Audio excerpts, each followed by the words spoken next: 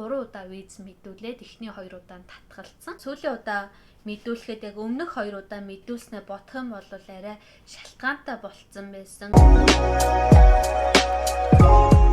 Самцгаано за шинэ бичлэгт маань тавтай морил гэл өөрийгөө харсч.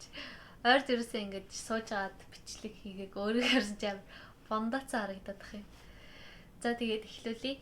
Өнөөдрийн бичлэгээрээ яах ч вэ гэхээр Солонгосын дагалдан виз мэдүүлэхэд анхаарах зүйлсийн талаар юун дээр хамгийн чухал нь анхаарах ёстой байдаг вэ талаар энэ талаар мэдээлэл өгье гэж бодлоо. За тэгээд нөхөр маань бас ирээд удаагүй байна. Солонгос дээрээ сар гарантай болж байна. Тэгээд нөхөр маань ирэх гэж одоо хэр хугацаа зарцуулсан, тэгээд хэрхэн яаж бүтлгүүцсэн, хэрхэн яаж дагалдан визээ зөвшөөрлийг авсан талаар энэ талаар хуваалцъя гэж бодлоо. За тэгээд яг өөрийнхөө туршлага дээр үндэслээд ярьж байгаа гэдгийг бас ойлгоорой. YouTube сувагт маань бас анх удаа орж иж байгаа хүмүүс ээж магадгүй. Тэгээд та бүхэн маань тавтай морил тэгээд миний YouTube сувгаар зочлоод бусад бичлэгүүдийг маань сонирхоод үзээрэй. Тэгээд Солонгост амьдарч байгаа учраас аль болох Солонгост амьдрах талаар тэгээд Солонгосын талаар хэрэгтэй мэдээллүүдийг хуваалцдаг байгаа шүү. Үндсэн бичлэгтээ ороход дагалдан виз мэдүүлэхэд хамгийн чухал нь бол миний хувьд урилга гэж хэлмээр байна. Урилгаа бүр маш сайн бичих хэрэгтэй. За тэгээд би болохоор хамгийн анх Солонгост ирээд одоо 9 сард 3 жил болно. Арай болоогүй байгаа 3 жил 2 жил. Тэгээд Солонгост би ирээд 2 жил хагасан дараа ер нь бол нөхрийг авсан гэж хэлж болно. Тэгээд энэ хооронд яг ингээд намайг яг ирсний дараа би 2019 оны 9 сард анх хэлний бэлтгэлээр ирж исэн. Тэгээд ирээд бас нэг хэдхэн сарын дараа корона эхэлсэн. Бас тэгээд түүнтэйгээ холбоотой 3 удаа виз мэдүүлээд эхний 2 удаа татгалцсан. Татгалцсан шалтгаан бол нэгдүгээрт корона байсан. Тэгээ хоёрдугаарт болохоор урилга бичгтээ гаргасан алдаа байсан гэж бодож байгаа.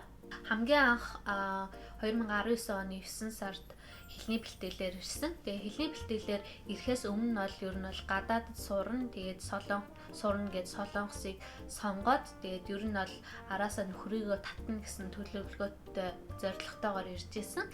Тэгээд ирээд хэлний бэлтгэлдээ аль болох хурдан хэлээ сураад аль болох хурдан топик оноогоо авах гэж хичээсэн. Тэгээд 1 жил сурсны дараа топикийн 4-р түвшинтэй болоод 20 оны 9 сард магистртээ элсэж орж исэн.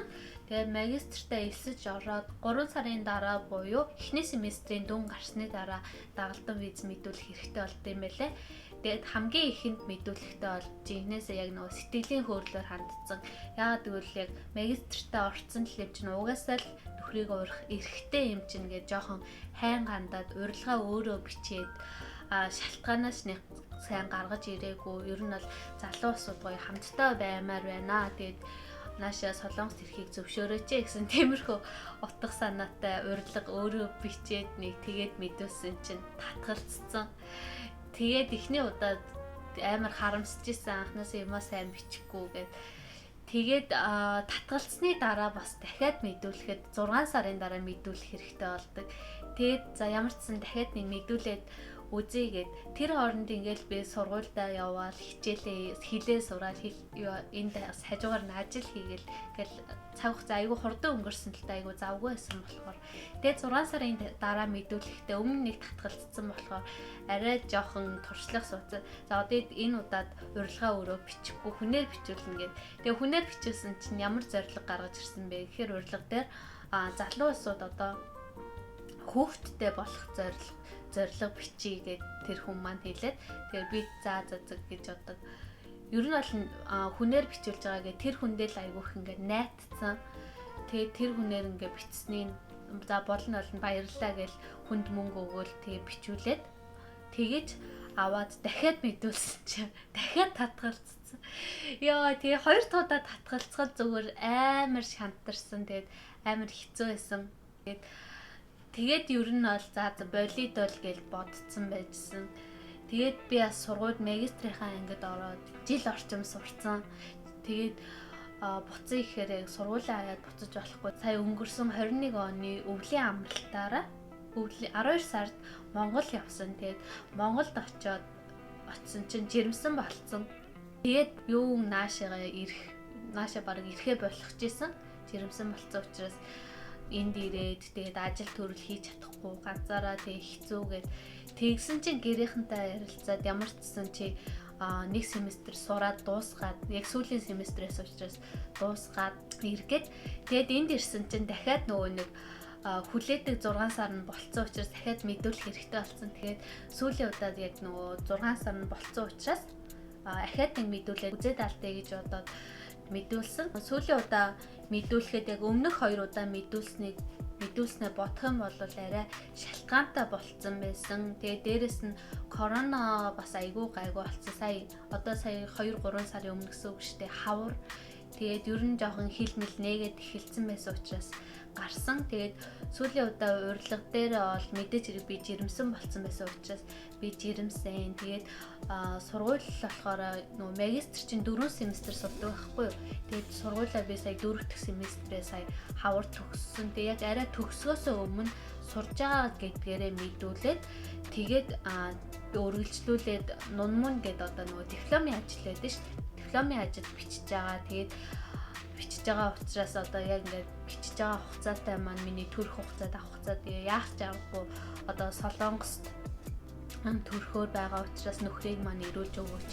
Ер нь тиймэрхүү утга санаатай урилга бичиж өгсөн. Тэгээд урилга бичихтэй болохоор сүүлийн удаа яасан бэ гэхээр би өөрөө яг ингээд бичээд ерөнхий утга санааг нь гаргаад тэгээд манай сургуулийн амраа гэдэг ч байдаг. Миний өмнөх бичлэгээс хэрвээ үтсэн бол Солонгос суралцах талаар гээд амраагчтай хамт хийсэн бичлэг байгаа. Тэгээд үзэг хүмүүсээ бол Солонгос сурах талаар бичлэг тэндээс үзээрэй. Тэгээд тэр ихч маань бас айгүй гоё найруулж миний зүгээр нэг хальт бичсэн юмыг айгүй гоё ингээд яг ингээ албан ёсны үг хэллэгээр солиод гоё найруулад айгүй гоё болгож өгөөд тэгээд виза мэдүүлсэн чинь гарсан. Ер нь дагалдан виз мэдүүлж байгаа хүмүүсийг анзаарахад хүүхэд бол хамгийн том шалтгаан нь болж өгд юм лээ. Эсвэл хүүхэдтэй тэгээд Монголоос хүүхэд нөхрийг хоёрыг авахд ч юм уу тэгэхэд виз нь айгүй хурдан гардаг. Тэгээд аль эсвэл надтай адилхан жирэмсэн. Гэтэ жирэмсэн хүн болгоных гарна гэсэн үг бол биш. Ер нь бол шалтгаанаа л яг зөв гоё гаргаж өгөх. Зөв гоё ч байгаагүй. Би чинь 5 сартай байхдаа мэдүүлж байсан. Одоо 7 сартай болсон. Тэгээд шалтгаан л айгүй сайн гаргаж өгөх хэрэгтэй гэж хэлмээр байна. Тэгээд бас нэг анхаарах зүйл нь юу байсан бэ гэхээр гэрлэлтийн баталгаа болохоор бит хоёрых болохоор яг тэр 2019 онд би хэлний бэлтгэл ирсэн гэсэн штэ. Яг ирэхээхаа өмнө нэг сарч болоог байхад гэрлэлтэд батлуулангуудаа шууд Солонгост ирсэн байхгүй юу. Тэгсэн чинь тэрийг бас тэгж хардаг гинэ. Одоо хоёр хосууд ингээ хоорондоо хамт амьдарсан хугацаа ерөөсөө байхгүй.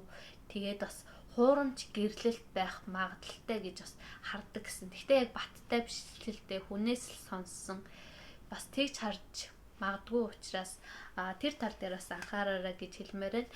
За тэгээд бусад бүрдүүлэх бичиг баримт дагалдан визийн бүрдүүлэх бичиг баримтын бусд нь бол ер нь бол гайгүй дандаа л одоо сургуулийн тодорхойлч юм уу тиймэрхүү албан ёсны бичиг баримтуудаа бүрдүүлээд тэгээд бас урилгатай хамт би энд эмнэлгийн хяналтанд ороод явж исэн. Тэгээд хяналтанд явж байгаа эмнэлгээс жирэмсэн гэдэг тодорхойлт. Тэгээд энэ хүнд одоо асран хамгаалагч хэрэгтэй гэсэн тийм 2 бичиг аваад урилгатайгаа бас давхар хавсаргаад тэгээд нотариатаар батлуулаад тэгж өгч исэн. Тэгээд тэр маань бас айгүй нэмэр болсон байх гэж бодож байна. Бусад бичиг баримтын хувьд бол тийм гайгүй байсан. Тэгээд дахин хэлэхэд урилгаа маш сайн бичээрэй. Тэгээд маш сайн бичдэг хүнээр бичүүлээрэй гэж хэлмээр байна. Өнөөдрийн бичлэг маань та бүхэнд таалагдсан гэдэгт итгэлтэй байна. Дараагийн бичлэгээр уулзлаа. Баяр таа.